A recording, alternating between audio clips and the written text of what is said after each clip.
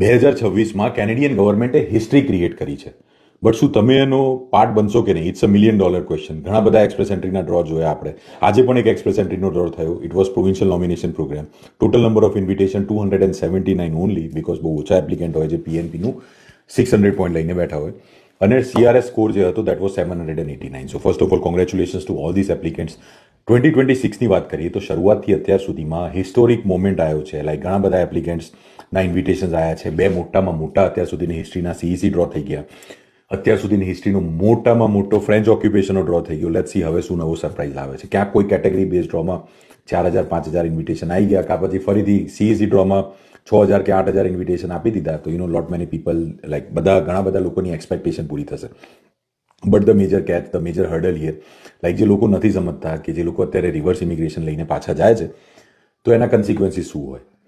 So let's look at the CRS right now. 501 થી 600 સુધી total 16,500 plus applicant છે જે લોકો as of 15 Feb 2026 like CRS code ડિસ્ટ્રીબ્યુશનમાં અત્યારે બેઠા છે.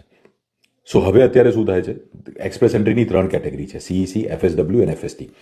સો જ્યારે કેનેડિયન એક્સપિરિયન્સ ક્લાસની વાત કરીએ તો એની રિક્વાયરમેન્ટ છે 3 વર્ષમાં 1 વર્ષની એક્સપિરિયન્સ રિક્વાયરમેન્ટ. કદાચ કોઈ એપ્લિકન્ટ ઇન્ડિયા ગયું, 2 વર્ષ સુધી માની લો ડ્રો નીચે ના ગયા, એન્ડ ફોર એની રીઝન કાં પછી IRCC ડ્રો કરવાના બંધ કરી દીધા, દેન ઇન દેટ કેસ CECની એલિજિબિલિટી ગઈ. FSWની વાત કરીએ તો છેલ્લા 1.5 વર્ષમાં મેં નથી જોયો કોઈ બી FSWનો ડ્રો. સો FSWના જો ડ્રો જ ના થવાના હોય, જે આઉટ ઓફ કેનેડાથી ફેડરલ સ્કિલ વર્કર પ્રોગ્રામમાં PRના ઇન્વિટેશન લઈને આવે, જો એ ડ્રો જ ના થાય તો શું થશે? PR ત્યાં બી ગયું.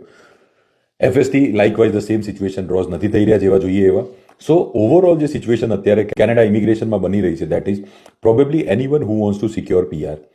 જો આપણે છેલ્લા 2 વર્ષની વાત કરીએ તો કેનેડામાં રહેવું જરૂરી છે, કેનેડિયન એક્સપિરિયન્સ લેતા રહેવું જરૂરી છે, અને જો વર્ક પરમિટ એક્સપાયર થતું હોય તો વર્ક પરમિટ એક્સટેન્ડ કરવું બી જરૂરી છે. બિકોઝ જે દિવસે તમે એક્સપિરિયન્સ છોડશો ત્યાંથી તમે 2 વર્ષ સુધી એલિજિબલ હશો, બિકોઝ 3rd યરમાં તમારી 1 યરની એક્સપિરિયન્સની રિક્વાયરમેન્ટ પૂરી નહીં થાય. So congratulations to all this applicant જેમને ઇન્વિટેશન મળ્યા છે આજે. જોઈએ હવે આગળ કયો મોટો ડ્રો આવે છે, કેટલા નંબર ઓફ ઇન્વિટેશન્સ આવે છે. I am very much excited to see it. તમે કયા ડ્રોમાં ક્વોલિફાય કરવા માંગો છો, અને શું તમે આ રીતે વિચાર્યું કે તમે જો કેનેડા રહો છો તો તમે કેનેડિયન એક્સપિરિયન્સના પોઈન્ટ્સ લઈ શકો છો, રિમોટલી ફોરેન એક્સપિરિયન્સ પણ લઈ શકો. Just think about it and share your feedback in the comment.